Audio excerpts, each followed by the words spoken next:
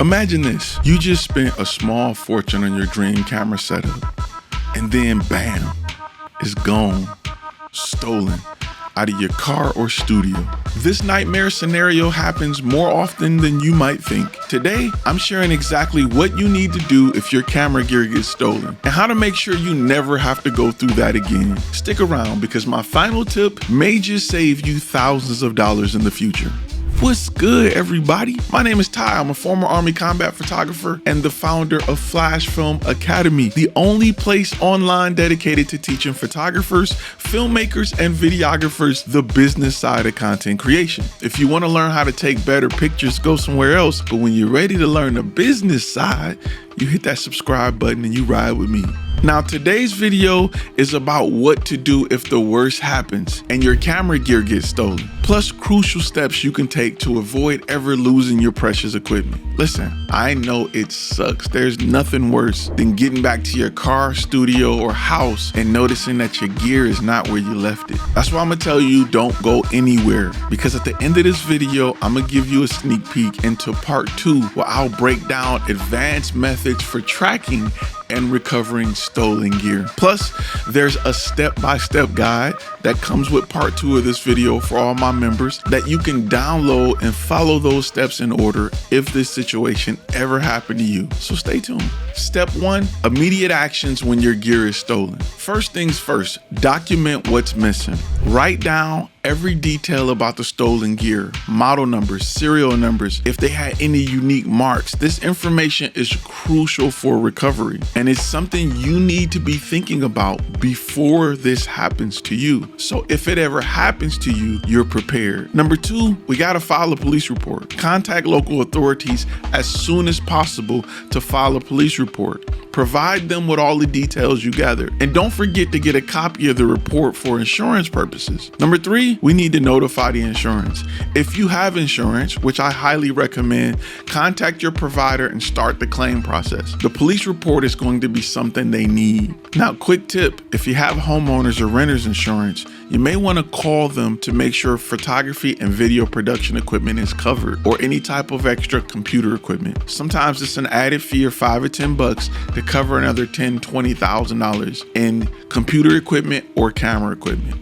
Trust me, you want this. Now that I've scared you with what to do if it happened, let's talk about how to prevent it. Don't wait until it's too late. Get insurance that specifically covers theft and loss. It's a small investment that can save you thousands. And like I just said before, you may have homeowners, renters, or car insurance, but make sure it covers computer devices. Make sure it covers camera devices. You would be pissed off if your limit is like $1,500 worth of computer equipment and they take one $3,000 camera body, let alone all the lenses and bags and all of that. Most coverages don't cover a lot of computer gear. They cover your whole house as a whole, but very little computer gear. Next, use smart tracking devices. Consider attaching GPS trackers to your most valuable gear. There are some small, discrete devices that can help you locate your gear if it ever goes missing. For me, I'm Apple tagging everything. Next up, never leave gear in your car. One of the most common mistakes is leaving camera gear in the car, even if it's for a few minutes. It's like an open invitation to thieves. I've seen people leave stuff on back seats where you can walk by and look at it. Listen, you may not be a thief. You may not look at it as an opportunity, but there's somebody hungry, starving, or just downright evil that may see that as an opportunity. Coming from Detroit, you'd be surprised at how many times I see people leave purses on convertible drop tops here in Dallas because they're not used to being in a situation where stuff happens like that. So secure your stuff at all times. Next, secure your studio and shooting locations. Install security cameras in your studio. And if you're shooting on location, always keep your gear within sight. A secure location is the best prevention. I bring other people to the shoot for the purpose of security. They know their number one job before being a camera operator or audio person is security. I'm always cautious on sets where we leave content overnight. I make sure that in my contract, clients know that if I leave gear overnight and something happened, they are responsible for that gear. They are responsible for replacing it in its entirety, and they're still responsible for paying for the shoot. Yes, it's that deep. Just like with your insurance company, even though you file a claim, you still got to make a payment this month. Also, quick reminder, if you want the free Capture and Convert kit, head over to FlashFilmAcademy.com. It's packed with everything you need to help you get your first client. Now, let me give you a few additional tips to stay ahead of the game. Engrave or mark your gear. Etching your name or logo in your equipment can deter thieves and make it harder for them to sell. What I like to do is I like to put a random number on the side. I call it an inventory number. It makes it easy for me to sell that gear later to somebody without having my name on it. I tell them it's just an inventory number. Write it down in case something happened. You have a special number outside of the serial number that's listed on it. Speaking of that, let's keep digital inventory. Let's maintain a digital list of all your gear, including serial numbers, descriptions, and photos. It makes filing a police report or insurance claim way easier.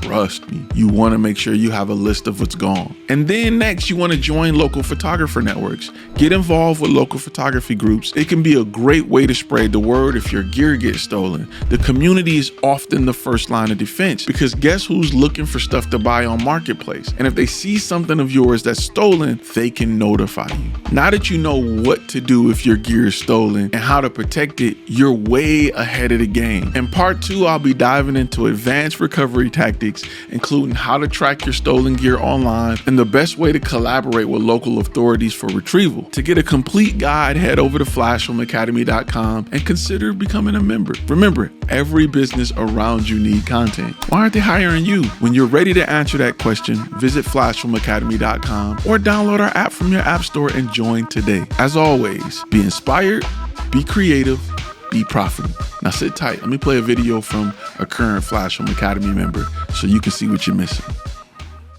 My name is Luke. I'm a videographer from Orlando. I decided to join FlashFilm. One of my buddies, he recommended it to me a while back, and it's just helped my business grow. Yeah, it's a little bit of a investment to get into, but I will say within the first 48 hours of just absorbing the courses has been very beneficial to me so far. Yeah, I highly recommend it. I think this is the first big step that I've taken to invest in myself, and I'm glad that Ty is here to be a part of that journey. Thanks, Ty. Thanks, FlashFilm.